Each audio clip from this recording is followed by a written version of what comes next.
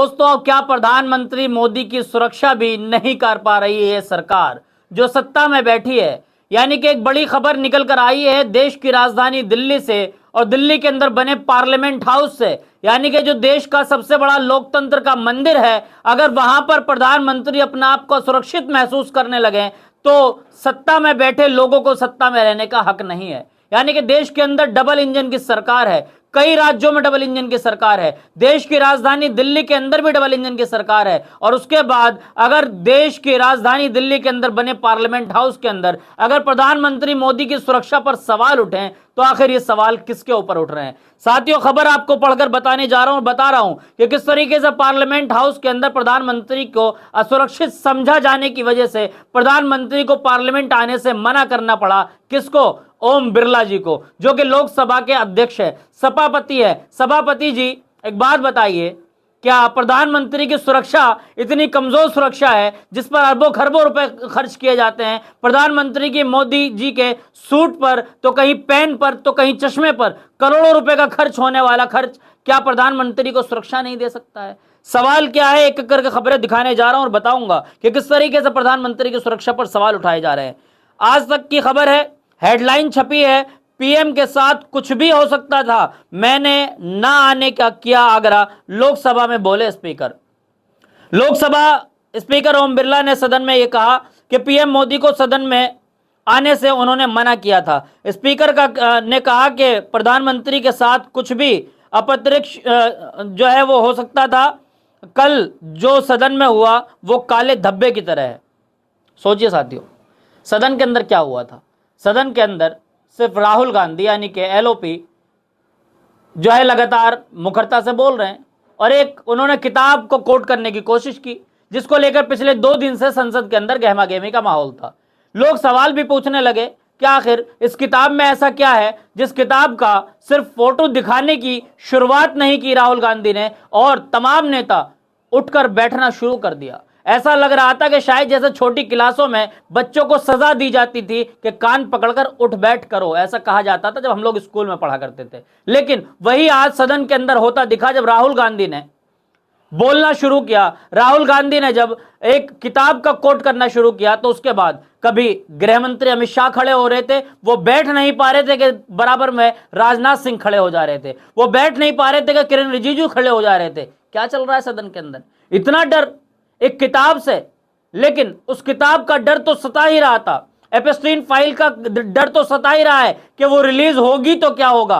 किताब पे तो राहुल गांधी को नहीं बोलने दिया गया। 8 लोगों को जो है वो निलंबित कर दिया गया, 8 लोगों को जो है वो बाहर कर दिया सदन से। उसके बाद वो लोग बाहर बैठ गए। उन्होंने कहा कि प्रधानमंत्री सवालों से बच रहे हैं, प्रधानमंत्री मोदी आखिर या उनके तमाम लोग हमें उस किताब को क्यों नहीं पढ़ने दे रहे। उस किताब में क्या लिखा था? उस किताब में लिखा था जो हमने कल भी आपको स्टोरी में बताया था कि किस तरीके से एक प्रमुख, सेना के अध्यक्ष फोन करके कह रहे हैं कि चीन का टैंकर हमारे देश में घुस रहा है, लेकिन यह कहा गया कि जब तक ऊपर से आदेश ना आए गोली नहीं चलानी है। सोचिए किस तरीके से देश के साथ खिलवाड़ हो रहा है, यह उस किताब में लिखा हुआ है। इस डर की वजह से प्रधानमंत्री मोदी, देश के गृह मंत्री अमित शाह, देश के डिफेंस मिनिस्टर राजनाथ सिंह, ये तमाम लोग नहीं चाहते कि कोई बोले, नहीं चाहते कि कोई बोले। ये तमाम जो गहमा गहमी रही उसके बाद जहां सदस्यता रद्द की गई, उन तमाम चीजों को सामने रखते हुए इतना डर का माहौल बन गया, इतना डर का माहौल बन गया कि ये लगने लगा कि प्रधानमंत्री मोदी जी जब राष्ट्रपति के अभिभाषण पर जवाब देने के लिए आएंगे, जब वो संसद में आएंगे तब क्या होगा। तो इसकी आड़ में मैं समझता हूं कि एक पूरा ढोंग रचा गया है। मैं समझता हूं कि पूरा षड्यंत्र है जिस तरीके से इन पर आरोप लगा है। षड्यंत्र क्या है वो भी तमाम आपको बताएंगे। खबर पत्रिका उत्तर प्रदेश की खबर है, लिखा है कि पीएम मोदी पर होने वाला था हमला। पत्रिका उत्तर प्रदेश जी, आपको किसने खबर दी और प्रधानमंत्री मोदी पर कौन हमला करेगा और कहां है उनकी तमाम सुरक्षा और तमाम कहां है वो ब्लैक कोट वाले, कहां है वो Y+ और Z+ की सुरक्षा और कहां है दिल्ली की तमाम पुलिस जो प्रधानमंत्री मोदी को सुरक्षा नहीं दे सकते। कैसे हमला हो जाता देश के प्रधानमंत्री पर, और देश के प्रधानमंत्री पर किसने हमला किया? समझिए देश के ऊपर हमला किया। और हां, लोकसभा स्पीकर को भी सुनाऊंगा जो ये कह रहे हैं कि मुझे ये खबर मिली थी कि कुछ हो सकता था। आपको कौन से सूत्र ने खबर दी है? लोकसभा जी, आप स्पीकर हैं, आपकी जैसी जिम्मेदारी प्रधानमंत्री मोदी को सदन में आने से रोकने की थी, वही जिम्मेदारी आपको बनती है कि आप दिल्ली पुलिस में एफआईआर कराइए और जिन लोगों ने आपको सूचना दी है उसकी तह तक पहुंचा जाए कि आखिर कौन प्रधानमंत्री पर हमला करने वाला है। देश के प्रधानमंत्री हैं, वो भले ही किसी भी पार्टी से आते हो, लेकिन जिस पद पर वो बैठे हैं उस पद का हमारे मन में भी सम्मान है। हम सम्मान करते हैं देश के प्रधानमंत्री का। देश के प्रधानमंत्री की गरिमा है, कोई भी प्रधानमंत्री पर हमला कर देगा। और अगर हमला हो रहा है तो सरकार में कौन है? प्रधानमंत्री जी, आप पर भी सवाल उठते हैं। आपके ऊपर अगर कोई हमला करता है, आपका कोई व्यक्तिगत मामला नहीं है, आप देश की गद्दी पर बैठे हैं। देश की गद्दी वो सम्माननीय गद्दी है, उस पर जो भी बैठेगा, आज आप बैठे हैं आपका भी सम्मान है, कल कोई और बैठेगा उसका भी बराबर सम्मान रहेगा। कोई भी हमला कर देगा प्रधानमंत्री पर। और अगर ये हमले हो रहे हैं और किसी ने हमले की प्लानिंग करी, तैयारी करी, जिसकी खबर लोकसभा को पहुंची है, लोकसभा स्पीकर सभापति को पहुंची है, तो सभापति जी आपकी जिम्मेदारी है कि इसको ट्रांसपेरेंसी के साथ जनता के सामने लाना। आखिर धमकी किसने दी है?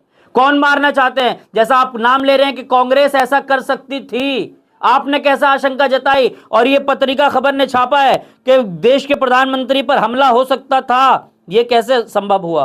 कैसे प्रधानमंत्री पर कोई हमला कर सकता है? साथियों, सवाल है, एक खबर है उसमें लिखा है कि मैंने प्रधानमंत्री को ना आने की सलाह दी थी। कांग्रेस सांसद कुछ गलत कर सकते थे, प्रधानमंत्री के भाषण विवाद पर बोले ओम बिरला। स्पीकर ओम बिरला ये बोले ये कुछ गलत हो सकता था। क्या गलत हो जाता? प्रधानमंत्री से सवाल कर लिया जाता, प्रधानमंत्री मोदी को वो किताब दिखा दी जाती जिस किताब पर विवाद चल रहा था, प्रधानमंत्री मोदी से एपस्टीन फाइल पर कुछ जिक्र कर लिया जाता, प्रधानमंत्री से मोदी से जो है वो ये जिक्र कर लिया जाएगा देश के अंदर किस तरीके से बेरोजगारी फैल रही है। शायद यही हमला है, इसी हमले की बात चल रही है। लेकिन इसी पर अब एक बयान आ गया है, बयान भी आपको सुनवाएंगे। उससे पहले हम आपको सुनाने जा रहे हैं लोकसभा स्पीकर को। लोकसभा स्पीकर ने क्या कुछ कहा, सुनिए आप इसको।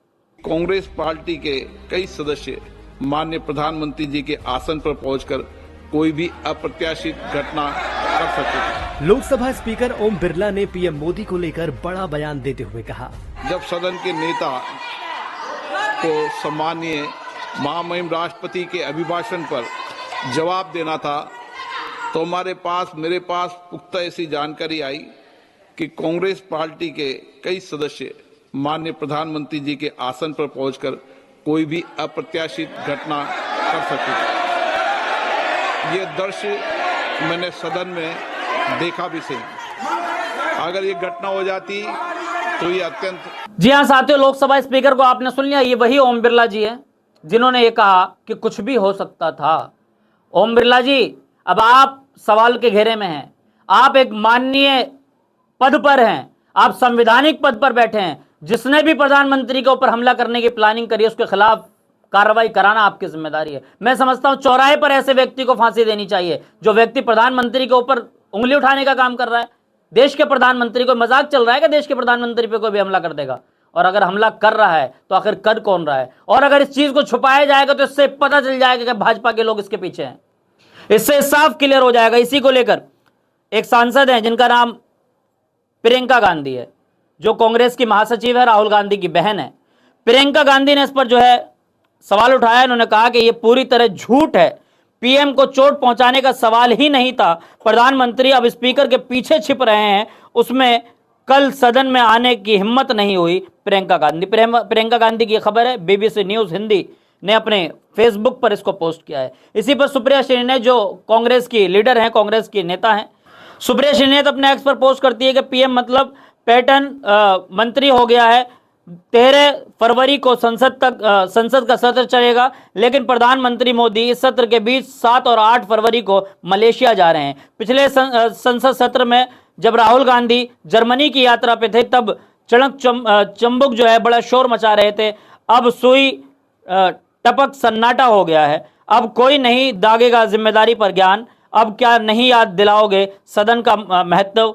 अब मोदी कितने नॉन सीरियस हैं कि अब नहीं बेकेंगे। अब मीडिया वाले गोदी गिद्ध स्टूडियो में गला नहीं फाड़ेंगे, वैसे पापा डर के मारे तो नहीं भाग रहे हैं। ये लिखा है सुप्रिया श्रीनेत ने।